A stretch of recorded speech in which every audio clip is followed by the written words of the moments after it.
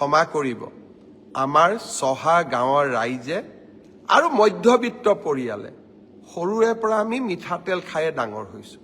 ট্ৰলে মোৰ মনৰ চিন্তাক অলপো আঁতৰাই লৈ যাব নোৱাৰে। যেতিয়া আমাৰ জ্বৰ উঠে মায়ে আমাক কয় যে ভৰি তলুৱাখনত অলপ মিঠাতেলেৰে মালিচ কৰি দে, ভাল পাবি। অৰ্থাৎ মিঠাতেল হ'ল আমাৰ মাতৃ আৰু সন্তানৰ মাজত থকা অভূতপূৰ্ব মৰমৰ আৰু এক উদাহৰণ। মিঠাতেলটো দৰিদ্ৰ মানুহক লাগে।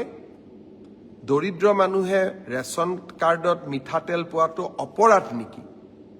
এইটো কিয় মোক ট্ৰল কৰিলে যে অহা বছৰ যদি আমি নিৰ্বাচনত জিকো, চাউল বিনামূলীয়াকৈ পায়, দালি নিমখ চেনি অৰ্ধমূল্যত বা কম দামত পাব, আৰু আমি আপোনালোকক মিঠাতেলো দিম। তাকে লৈ কংগ্ৰেছ দলে ছ'চিয়েল মিডিয়াত মোক বহুত ট্ৰলো কৰিলে।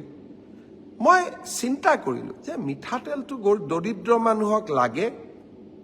দৰিদ্ৰ মানুহে ৰেচন কাৰ্ডত মিঠাতেল পোৱাটো অপৰাধ নেকি? এইটো কিয় মোক ট্ৰল কৰিলে? ময়ো অলপ চিন্তিত হ'লোঁ।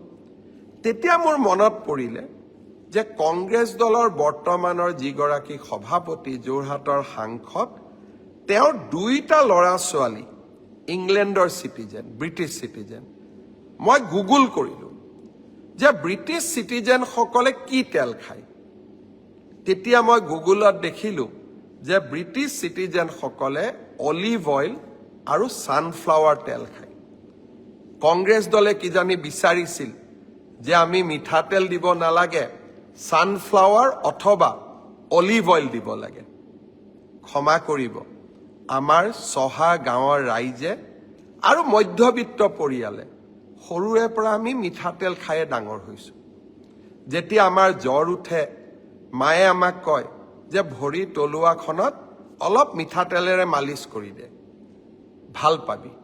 অৰ্থাৎ মিঠাতেল হ'ল আমাৰ মাতৃ আৰু সন্তানৰ মাজত থকা অভূতপূৰ্ব মৰমৰ আৰু এক উদাহৰণ। আপোনালোকেও মনত পেলাব, ঘৰত জ্বৰ হ'লে, পানী লাগিলে আপোনালোকৰ মায়ে কি কয়?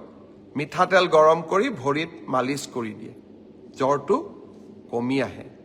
আমি মিঠাতেল খায়েই সৰুৰে পৰা ডাঙৰ হৈছোঁ। অলিভ অইল আৰু ছানফ্লাৱাৰ তেল হয়তো আজি মই কিনি খাব পাৰোঁ, কিন্তু অসমৰ কোটি কোটি মানুহে ছানফ্লাৱাৰ আৰু অলিভ অইল দেখা নাই। আমাৰ হাতত ব্ৰিটিছ পাছপৰ্টো নাই। আমাৰ ল'ৰা ছোৱালীক আমি ভাৰতৰ পৰা বিদেশীও বনাব নোৱাৰোঁ। বিদেশীক ভাৰতীয় বনোৱা এটা বেলেগ কথা, আইনগত পথেৰে, কংগ্ৰেছৰ দৰে নহয় লাখ লাখ মানুহক অসমত সোমোৱাৰ দৰ্জা খুলি দিয়া। কিন্তু ভাৰতীয় সন্তানক সৰু বয়সত আমি বিদেশী কৰিম, লগতে আমি মিঠাতেল বেয়া, ছানফ্লাৱাৰ আৰু অলিভ অইল খাম, তেনেকুৱা ৰাজনীতি মই নকৰোঁ।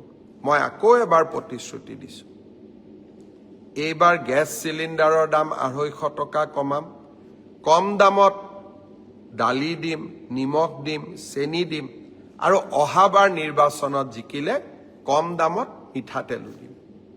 ট্ৰলে মোৰ মনৰ চিন্তাক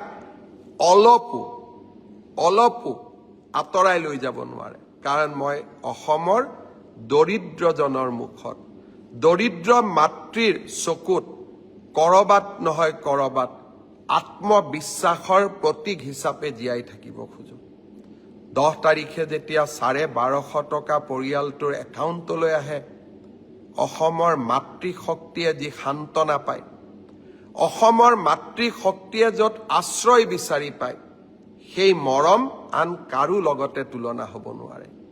আকৌ এবাৰ কৈছোঁ, কংগ্ৰেছ দলে ভাল কামবিলাকৰ বিৰোধিতা কৰি যাওক, আৰু আমি ভাল কামবোৰ কৰি গৈ থাকিম।